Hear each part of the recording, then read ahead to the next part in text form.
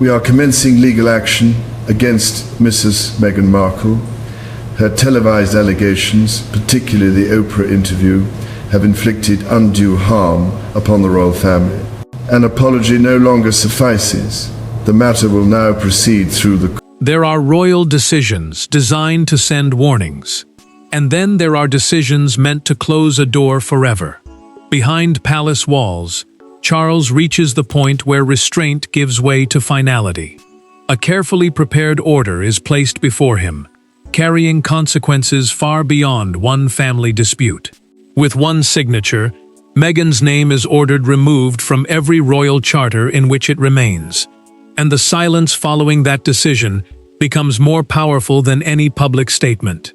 Before we go deeper into what this really means for the royal family, make sure to subscribe so you don't miss a single update. Charles does not celebrate. He reads the final page and holds the pen for several seconds, then signs without speaking. The order directs palace officials to remove Meghan's name from active royal charters, patronage instruments, ceremonial records, and institutional documents that still present her former royal capacity as current. A royal charter is a formal crown-backed document granting status, authority, or recognition to an organization. This single change reshapes how the institution records who still speaks with royal standing. The king sets the pen across the page. Proceed with every entry, he tells the waiting private secretary. The aide gathers the papers, but one phrase catches his attention: without future restoration, unless expressly ordered by the sovereign. The sovereign means the reigning monarch, the holder of final crown authority. That clause closes an escape route. No private reconciliation, change of residence, or repaired family relationship can automatically put Meghan back into those formal records. William hears the decision immediately, and his first reaction is not satisfaction. He asks whether any path back remains.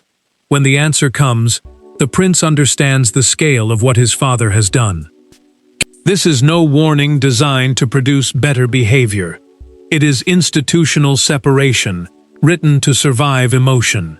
For him, the stakes are personal. Harry is still his brother, yet the monarchy cannot keep treating unresolved family ties as permanent official roles. A senior courtier then notices something more unsettling. The instruction reaches older charitable structures and historical associations still using documents created before Meghan stepped away from royal duties. That means palace officials are not correcting one record. They are searching through a web of inherited references and aligning them with the king's final position. The door closes behind the secretary, and Charles is left alone with the silence he created. Yet the deepest question remains unanswered. Why today? Why not during an earlier crisis, interview, or family rupture? To understand why those few words carried such finality, the story must leave the signed order behind and turn toward the people whose private wounds made that signature inevitable. Before this became a battle over royal charters, it was a fracture inside a family. Charles saw a son drifting farther away. William saw an institution repeatedly forced to absorb private conflict in public. And Meghan saw royal boundaries as something she no longer had to accept in silence. Their positions hardened for different reasons, but each carried the same dangerous certainty. The other side had misunderstood what was truly at stake. Meghan now occupied a position the palace had never found easy to define. She lived outside the working monarchy, yet marriage, titles, charitable records, and the global recognition attached to her royal years kept connecting her to it. A working royal is a family member who carries out official duties on behalf of the crown, and she no longer held that role. Yet older documents still carried traces of a life that had officially ended but had never fully disappeared. Charles felt that contradiction more painfully than anyone. As a father, he did not want the rupture with Harry to harden into something permanent. As monarch, however, he carried responsibility for keeping crown institutions from becoming extensions of unresolved family conflict. That difference mattered because every surviving formal reference could suggest an official connection that no longer existed, while removing those references could feel like a personal rejection. William finally confronted that problem during a private conversation with his father, with no aides present and no prepared notes between them. The prince leaned forward and admitted that every new controversy forced palace staff to reopen boundaries everyone believed had already been settled. His frustration sharpened when he said the monarchy could not keep renegotiating the same separation whenever another dispute erupted. Charles did not answer with anger. He looked toward the closed door and said Harry remained his son regardless of any document. Then came the pause that changed the mood.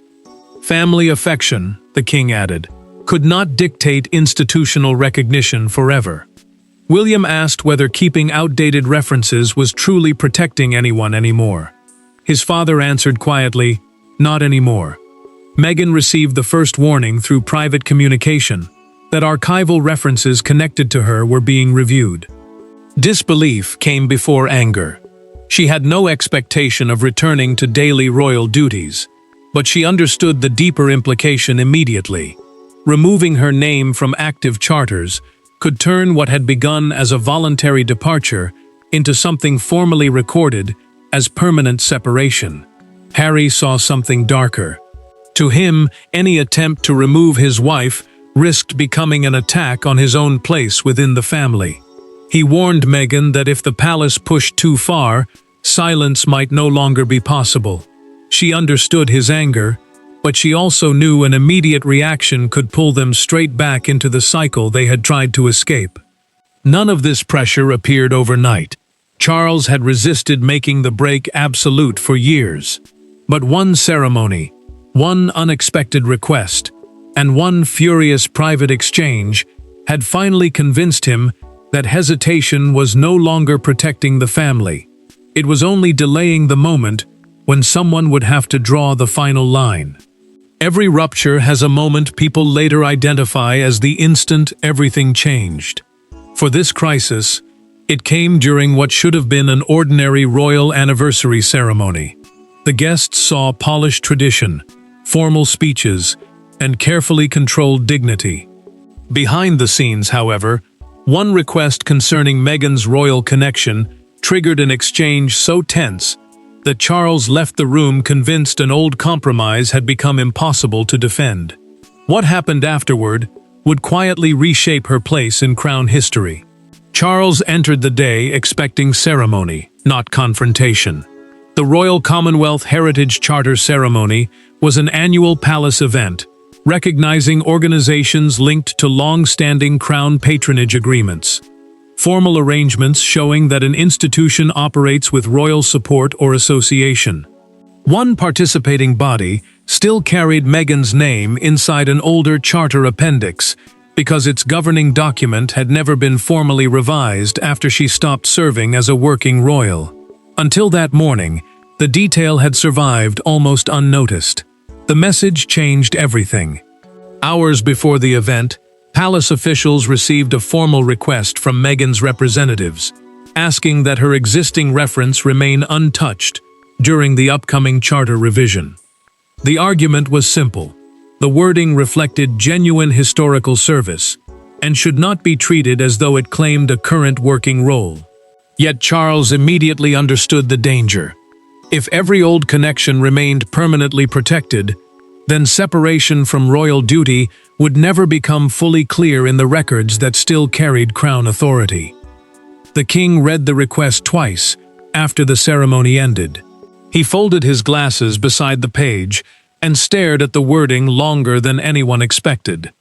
His frustration was not directed at Meghan's past service being remembered. It came from the demand that a formal institutional connection should continue indefinitely. He finally looked toward his secretary and asked, "How many more of these remain?" The aide hesitated. That hesitation was enough. Charles answered his own uncertainty with 4 words: "Find every one." Harry then turned the dispute personal. During a follow-up telephone conversation with palace officials, he insisted that removing Meghan's name would amount to rewriting history. The king overheard enough of the exchange to understand the deeper problem. Every legal distinction, every archival correction, every technical change could still become another argument about loyalty, rejection, and family. What staff saw as administration, his son experienced as judgment. Charles made the decision that evening. He ordered a complete audit of every surviving royal instrument containing Meghan's name in an active or partly active capacity. A royal instrument is a formal document through which crown authority, recognition, or responsibility is recorded. The first review produced more references than expected, stretching across older charitable structures, ceremonial listings, and inherited administrative records. Meghan learned quickly that the palace was no longer examining one disputed entry. It was examining everything. Her response was immediate. She wanted direct clarification from the king himself. That demand would remove the advisors, the written language, and the careful distance that had protected everyone so far. The search had produced the list, but the list alone did not cause the final break. That happened when private frustration finally entered the same room. The palace had survived interviews, accusations, books, silence, and years of distance. But this confrontation was different, because nobody could hide behind statements or advisors. Charles entered determined to explain the boundaries of the crown. Meghan entered determined not to be treated as though her years inside the monarchy could simply be administratively erased. Between them sat the unresolved question that had poisoned every compromise. Who owns a royal identity after royal service has ended? Meghan had demanded direct clarification after learning the charter audit had expanded beyond one disputed entry. A private video conversation was arranged, and Harry expected to join from the beginning. Charles asked for several minutes alone with her first. The request immediately changed the temperature of the exchange. An active royal charter is a formal document that reflects present crown recognition or authority, and that distinction now sat at the heart of the dispute. The king explained that historical records of the marriage, public duties, and years of royal service would remain untouched. He was not ordering the past rewritten. He was insisting that current institutional documents reflect the monarchy as it exists now. That mattered, because continuing formal references could suggest an official role Meghan no longer performed, while allowing them to remain indefinitely would keep forcing the palace to explain a relationship that had already ended in practice. Meghan listened, then pushed back hard. She said removing her name across multiple institutions felt less like administrative correction and more like deliberate humiliation. Her contribution, she argued, did not become disposable simply because the relationship with the palace had collapsed. The emotions stayed controlled, but the accusation landed clearly. She believed the institution was turning separation into punishment. Charles became firmer. He told her the issue was no longer personal recognition. The crown could not repeatedly defend why someone outside royal service remained attached to documents carrying the sovereign's authority. That authority means the formal power exercised in the monarch's name. And for him, keeping the distinction clear had become a duty rather than a choice. Meghan then asked the question hanging over the entire dispute. Had William pushed for this? The king refused to shift responsibility. His son had opinions, he said, but the final decision was his alone. That answer closed off the easiest explanation, that palace factions were driving the removal behind his back. She warned him that Harry would take the decision personally. Charles did not soften. His son's reaction, he replied, could not determine how crown authority was administered. Meghan waited several tense seconds before asking, "So there is nothing I can say that changes this?" The monarch lowered his eyes briefly. Not the principle. Silence followed until the connection ended. Yet she still did not know how far he intended to go. The emotional battle had reached its limit. Now the decisive question moved into colder territory: whether royal power could accomplish everything Charles intended. Anger could inspire the order, but anger alone could not execute it. Royal charters were tied to institutions with different histories, rules, and relationships to the crown. If Charles wanted Meghan's active royal references removed across the board, the palace needed to know exactly where his authority ended and where formal amendments had to begin. What followed was quieter than confrontation, but far more consequential. A small room, several advisors, and a monarch asking how permanent his decision could become. Charles listened as the audited records were divided into separate categories.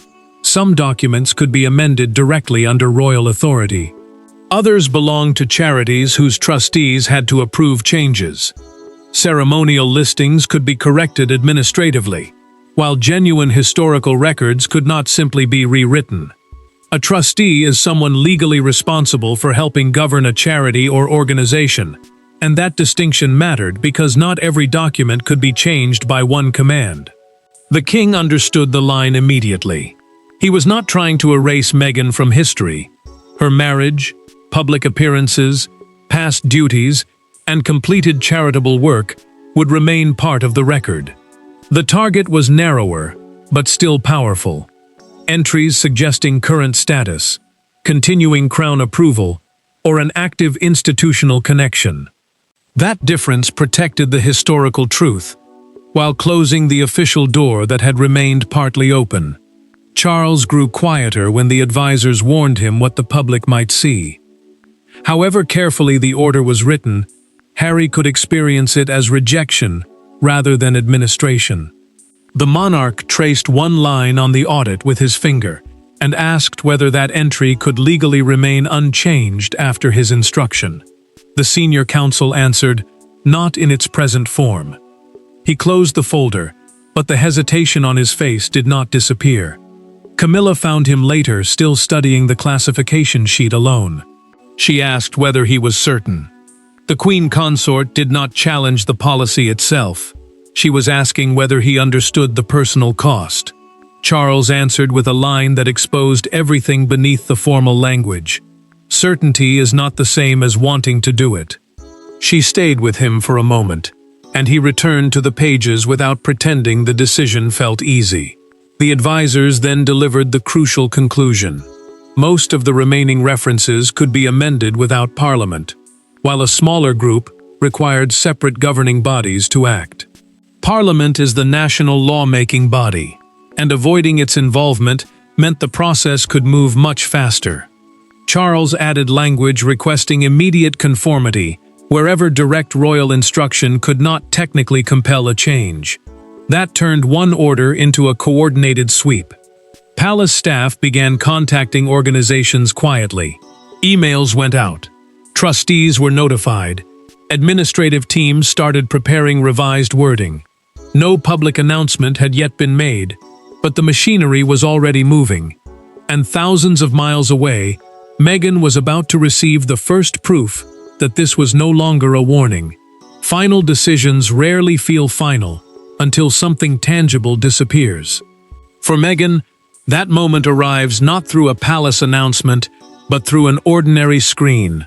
A long-standing royal organization updates its charter information, and the wording that had carried her name for years is suddenly gone. There is no dramatic ceremony, no confrontation, no signature in front of cameras. Yet that tiny absence tells her more clearly than any warning could. Charles's order is already being enforced. Meghan receives the screenshot without warning. The Royal Civic Arts Trust has revised its governing page, removing her from a legacy patronage clause and replacing the wording with a neutral historical note. A patronage clause is the part of an institutional document that records an official royal association or support role. The change looks small, almost technical, but she understands why it matters. The old wording had preserved a living trace of her former place. The new wording places that connection firmly in the past. Harry watches her enlarge the paragraph with 2 fingers and refresh the page. She reads it once, then again, then a third time before turning the phone face down. He asks what happened. Meghan slides the device toward him and says only, "They started." The sentence lands harder than anger, because both know this is no longer a debate over what the palace might do. The first entry is already gone. Harry reacts instantly. He wants a statement prepared, one accusing the palace of deliberately diminishing his wife and turning administrative language into punishment. Meghan stops him. She knows that an emotional attack could make the removal look justified and pull them straight back into the cycle of accusation they have spent years trying to escape. Her restraint surprises him, but the silence does not mean acceptance. Another notification arrives before the tension has settled. A second organization has begun reviewing its own wording under the same instruction. Meghan now sees the pattern clearly. This is not symbolic theater built around one disputed charter. The palace intends to move through the audit piece by piece, allowing each institution to complete the legal steps required before the next change appears.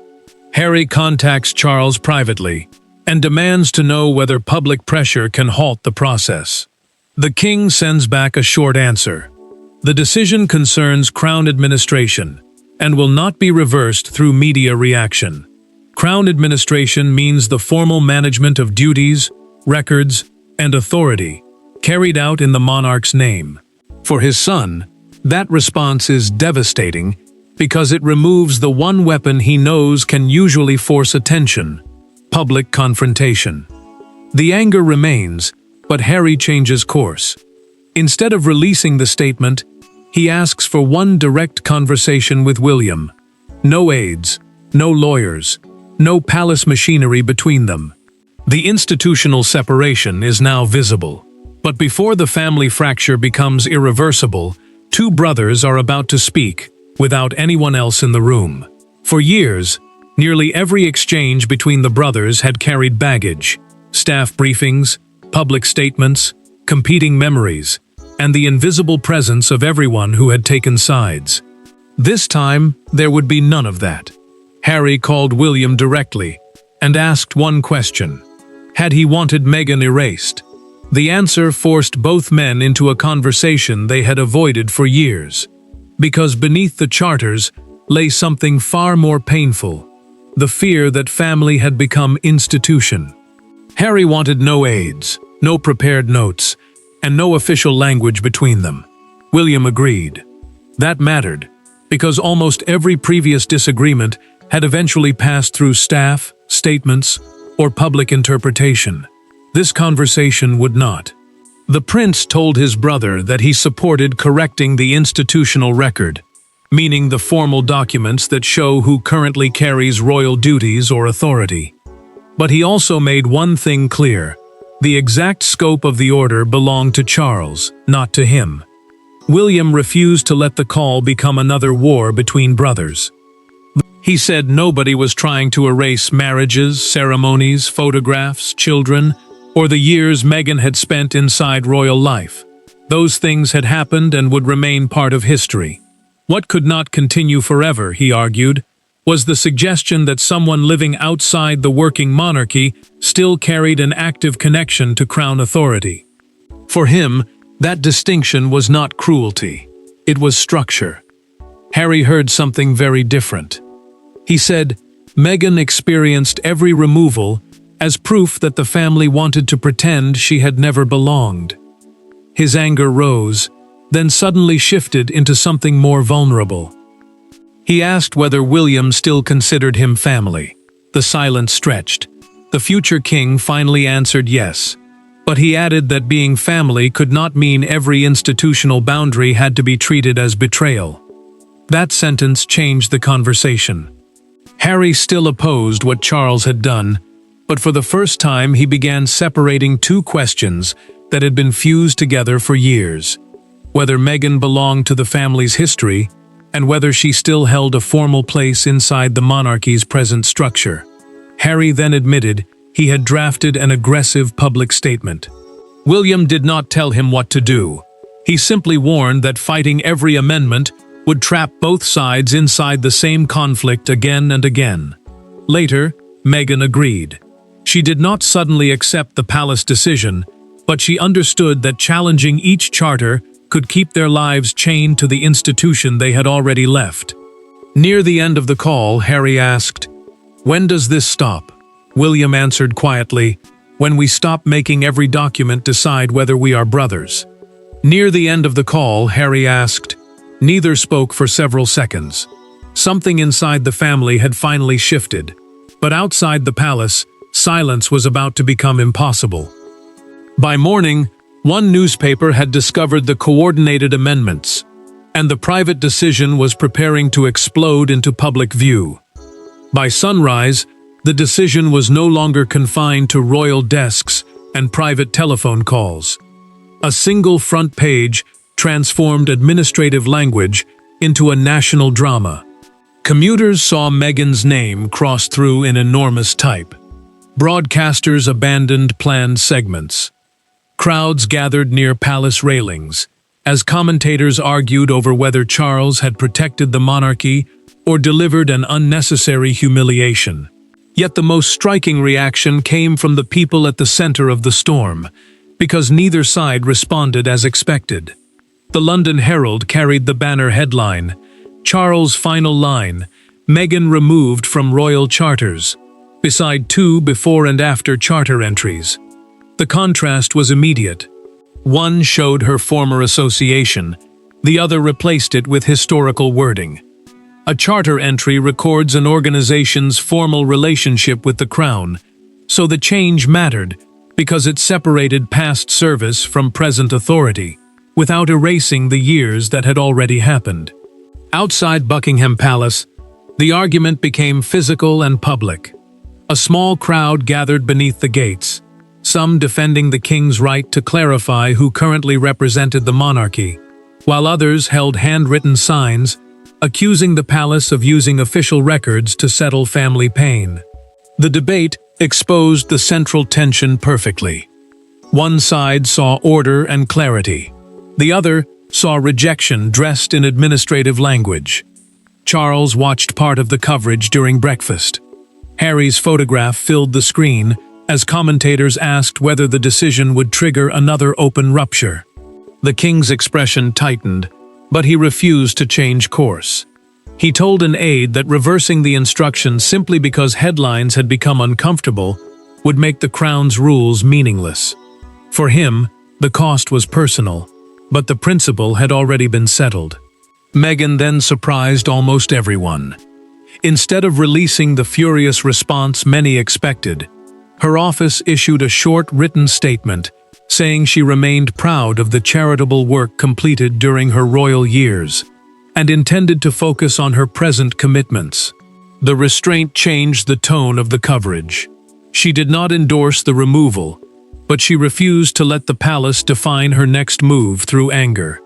Harry followed the same path. He did not attack his father personally, and he avoided turning the amendments into another full-scale public war. The silence carried the influence of his private call with William. The disagreement remained, but something had shifted. He was no longer willing to let every royal document become proof of whether the family still existed. The noise continued outside, but inside the crisis, the meaning had become clearer. This was not finally about defeating Meghan or proving Charles right. It was about drawing a hard line between family connection and official royal authority. Once the shouting faded and the amendments were complete, only one question remained.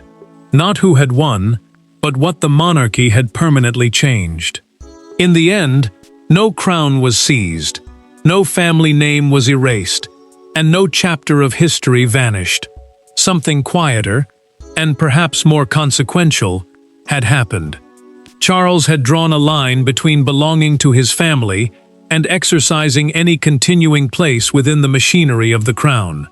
Meghan remained part of royal history, Harry remained his son, and their children remained connected by blood. But the documents told a different story now.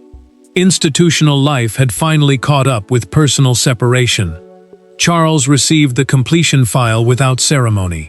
The final review confirmed that active references linking Meghan to continuing crown patronage or institutional authority had been amended, while archival records of her royal service remained preserved. An archival record is a historical document kept to preserve what actually happened, rather than to grant someone a current role. That distinction mattered because the palace was not denying the past. It was drawing a firm boundary around the present. The king read the summary slowly, then closed the file and asked one question. Had Harry been informed? When the answer came back yes, he simply nodded. There was no triumph in the gesture. He had achieved the clarity he wanted, but the cost still had a family name attached to it. For him, this had never become emotionally simple, even when the institutional logic had become clear. Meghan reached a different kind of conclusion. She no longer fought each amendment, or treated every change as a fresh battle. Instead, she began defining her public identity through the life she had built after leaving royal duties. What had first felt like rejection became something else, a final separation from the need for royal documents to validate who she was now. Harry also chose restraint. The confrontation many expected never came. His private conversation with William had changed the emotional terms of the dispute, and he no longer wanted every administrative decision to determine whether the brothers still had a relationship. The prince understood the same truth from the opposite side. Royal boundaries could only protect the institution if family members stopped using those boundaries as weapons against one another.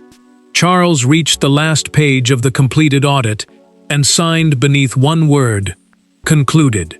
He set the file aside and gave no further instruction. There was nothing left to remove. The final meaning was clear. Meghan kept her place in history, but not an active institutional shadow of royal service. Harry remained connected to his family, without requiring the crown to preserve his wife's former official position. William accepted the order, while leaving the personal door open. And the king had finally separated family belonging from royal authority. The argument that had followed them for years had found its boundary. History remained. Family remained complicated but intact. Official service had ended. The human connection had not. Thanks for watching. Please don't forget to like and subscribe, and we will see you in next one.